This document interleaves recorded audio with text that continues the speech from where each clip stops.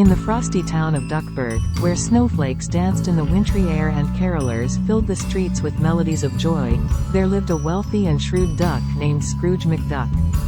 Scrooge was known far and wide for his vast fortune, but his heart was as cold as the winter wind that swept through the cobblestone streets. It was on Christmas Eve that Scrooge, with his beak buried in his account books, heard an unexpected sound outside his office door. Chains clinked, and eerie voices whispered in the air.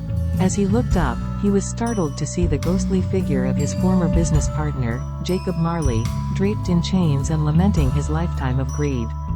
Marley warned Scrooge of the heavy chains he was forging in the afterlife and foretold a similar fate for him if he didn't change his miserly ways. But Marley offered Scrooge a chance at redemption. Free spirits would visit him that night, each with a lesson to teach. As the clock struck 1, the ghost of Christmas past appeared.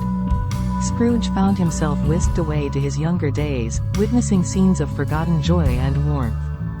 He saw himself as a hopeful and carefree duck, surrounded by friends and family who cherished the spirit of Christmas.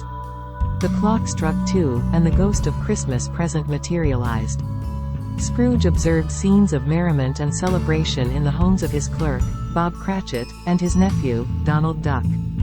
Despite their meager resources, they found happiness in each other's company and the simple joys of the season. With a somber toll, the clock announced the arrival of the ghost of Christmas yet to come. Silent and hooded, this spirit led Scrooge to a scene of sorrow, the passing of Tiny Tim, Bob Cratchit's young son. Scrooge was overcome with grief as he realized the impact of his callous actions on the lives of those around him. In a moment of revelation, Scrooge pleaded with the spirit to change his fate. The spirit, with a wave of its hand, transported Scrooge back to his bedroom. Overwhelmed with gratitude for a second chance, Scrooge sprang from his bed on Christmas morning with a heart full of warmth. He rushed into the streets of Duckburg, greeting everyone with a joyous, Merry Christmas. He donated generously to charity, raised Bob Cratchit's salary, and invited his nephew Donald to a festive feast. The people of Duckburg were astonished by the transformation in Scrooge.